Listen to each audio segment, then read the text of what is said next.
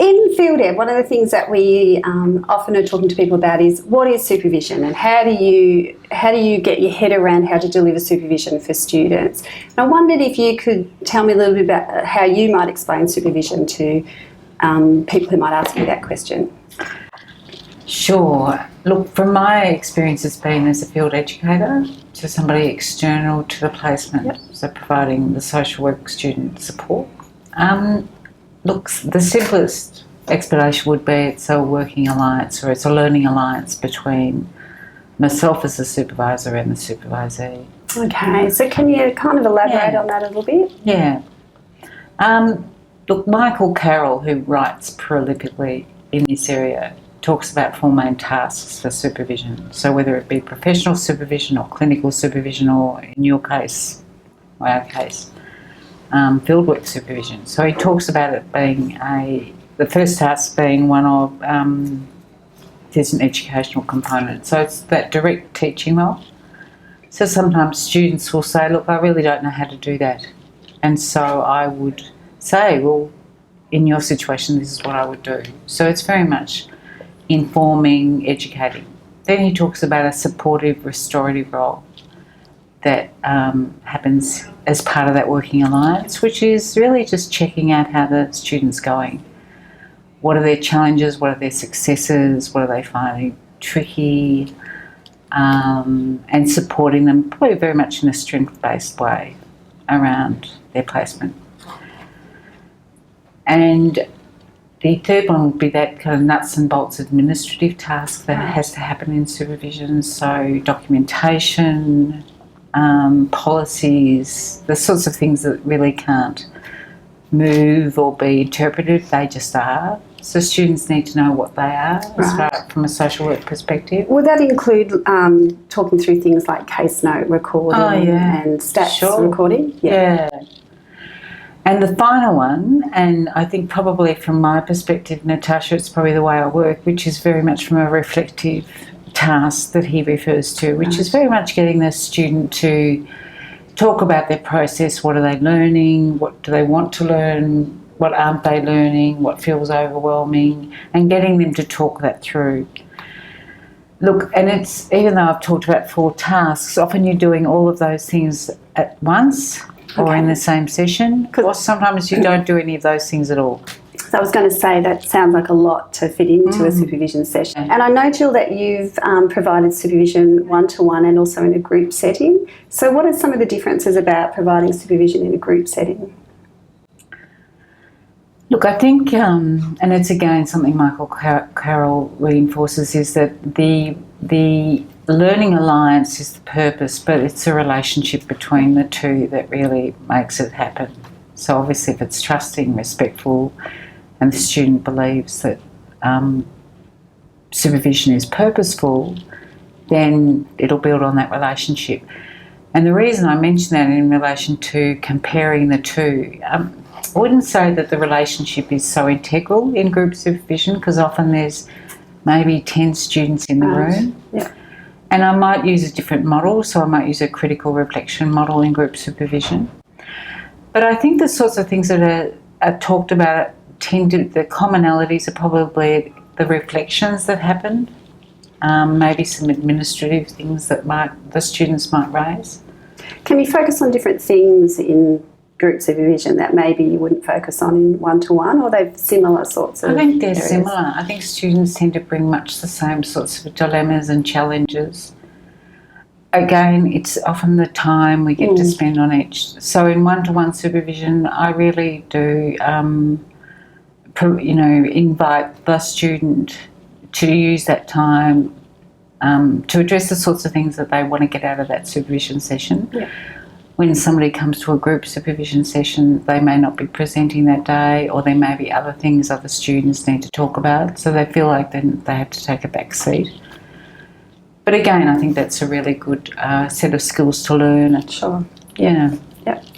So one of the things that I've noticed is that, particularly for students going out on their first placement, they often don't really know what supervision is. They haven't. We might have talked about the theory of supervision and explained what a process might look like, but they haven't experienced it. Sure. So their knowledge then going into their first supervision session is not high. So what do you expect from students coming to supervision?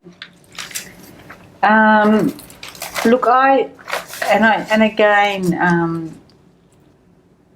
my expectations would be that they have a really good understanding of what supervision is. So that's where I would start. Yeah. So how do they do that? I mean, do you think the theory side of understanding supervision is enough, or is there something else that they need to do to bring to the first supervision session? Look, I think often it's that experiential learning. I think if you've got an idea about the nuts and bolts of supervision, it's about a learning process, it's about building a learning alliance.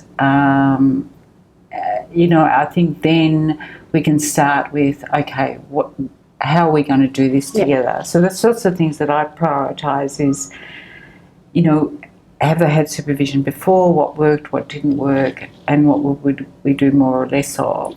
So I'm just giving, it's a bit like a meeting. So if you've got people who've been to a meeting before, it's a bit like there's a beginning, a middle and an end. It works a lot better when there's agenda, when there's a set time for, perhaps agenda items. And I would probably say to the student, you, depending on how you learn, I'd really like you to come with an agenda for your supervision session. Yeah. So right off the bat, they get a sense that they get to control what's going on. Yeah. I think my expectation would be that they've got an appreciation of the difference between perhaps what their task supervisor might be offering and what my role as a social work, field work supervisor. So the subtle but obvious differences there. So they've got a sense of what they take to each of those people. Yeah. Is that something that students struggle with, do you think, in terms of the role differentiation when there is an external field educator or somebody different to their task supervisor? And I think sometimes that can happen if their task supervisor, it might be their first student. So you've got a first-time student with a first-time supervisor, and that might take them a little bit of time to work out, okay, what are we doing here? But that can also be very helpful for a student to realise that they've got to step up. And I guess that leads me to the other thing that I have an expectation of from students is that they're able to give feedback and receive feedback in a constructive way. Yeah. So if a student was to say to me, I don't know what you mean by that, then we might spend a bit of time in that first or second session just talking about feedback, giving it, receiving it, its purpose, etc. And I think the other thing that I really appreciate is when students, even though this is a bit of a mystery, even though the supervision feels like, let's just get on and do it, is that they're enthusiastic about it, enthusiastic about learning it, and are positive, rather than seeing it as being, this is just one more thing I have to do on placement. Right, yeah. Yeah, one more thing I've got to tick off, I've got to turn up and do this. Yeah, so it'd be those four things. Yes. And what can they expect from you as a field educator or supervisor? Obviously that I take all of those things seriously, and that if they've not had that experience before, I'd be really interested to know from them, how do they learn? Is talking the best way they learn, or is journaling, or, for some people it's role play, it's imagining, it's, brainstorming on a whiteboard. Sometimes, and people can say, I learn all of those ways. But getting people to think about, well, if I've got this time for an hour, how am I going to use it? Jill, I'm just picking up on something that you're saying there, and in fact, I'm hearing that by asking those questions about how do people learn, that in fact the supervision that you might deliver to one student could look completely different to the other. So it's not actually a set formula necessarily in how it happens. It can be quite unique to the student. Yeah, that's a good point. And I'm getting back to those 4 tasks. I mean, some students are highly reflective. So they use that time to really just reflect on what's going on very currently. For other students, they want much more structure. Yeah. You know, they don't want to spend a lot of time reflecting, but they want to spend a lot of time talking about their PAR, about what's going on in the organisation, so more of those nuts and bolts sorts of things. Yeah. So for me, getting an idea about where that student wants to go and giving them a sense of autonomy about this is the one place where you can relax, be yourself and talk to me about your placement. Now, I think if people get that idea in the first or second session, then that goes a long way with building that trust and that learning alliance. Yep. Yeah. For sure. Anything else they can expect from you? Well, I think the issue of confidentiality can often be, you can talk about that, but people have to believe it.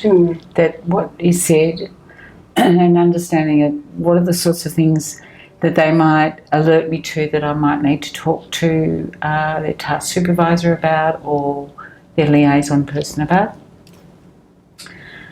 What are the sorts of things they can expect from me? I think it's, I think what I model to, and I think is important, that it's not a chat, that it can be a chat, but we need to decide that that's what it is. Right. So that when people arrive, they have a sense that this is purposeful, it's formal, it can be enjoyable, but at the same time, there's a structure to it and people feel contained in that space. I think that's what people can expect from me.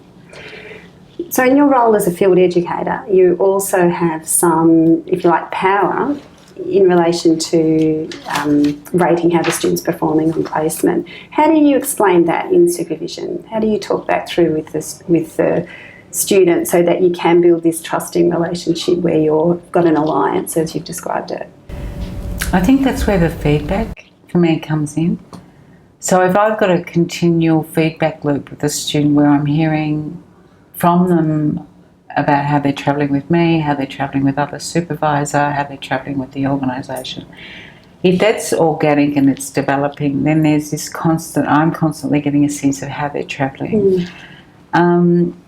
So I invite them to do that, because when it comes to that mid-placement review date and the end of placement, then when I see their feedback about their PAR and their performance and how they'd rate themselves, there's a sense that we've already talked about. So there's no surprises for them around that. Yeah. And I know that if I felt there were any surprises, there wouldn't be any surprises, because if I felt they weren't meeting their learning goals for whatever reason, I'd be curious to know what that's about and give them that feedback at the time. Sure. And that can be a tough part of supervision, where you can see that somebody's actually not performing or meeting their goals, and that's the conversation you have to have. Do you have any tips about how you have that sort of a conversation with someone? Well, that's why that feedback, getting a sense of what that feedback is about, so that students feel like that feedback's got context. It's not just the random ravings of their supervisor. Sure, yeah. I think if it's done in the context of, in real time, rather than people finding out some weeks later that you had concerns about something that you believe they're missing. I can think of students where their particular style was very casual. Right. So they come to supervision, they wouldn't have an agenda because they just needed that time to talk about what was going on in the day. That's fine, because that's how they best learn. But for me, I was able to say, look, that's great, but it's going to be tricky for me to measure that against what, and they saw that as being a bit of a risk. So they tightened that time up for themselves. Yeah. So I think it's giving students an idea about the sorts of things that I will be observing, feeding back on, reflecting on with them. And it sounds like being very clear at the start of the process about all of that's important, so that, as you're saying, that there aren't surprises along the way, or so that when things are difficult that you need to talk about, the students know that's what's, that can be a part of supervision, and that might be something that's brought up.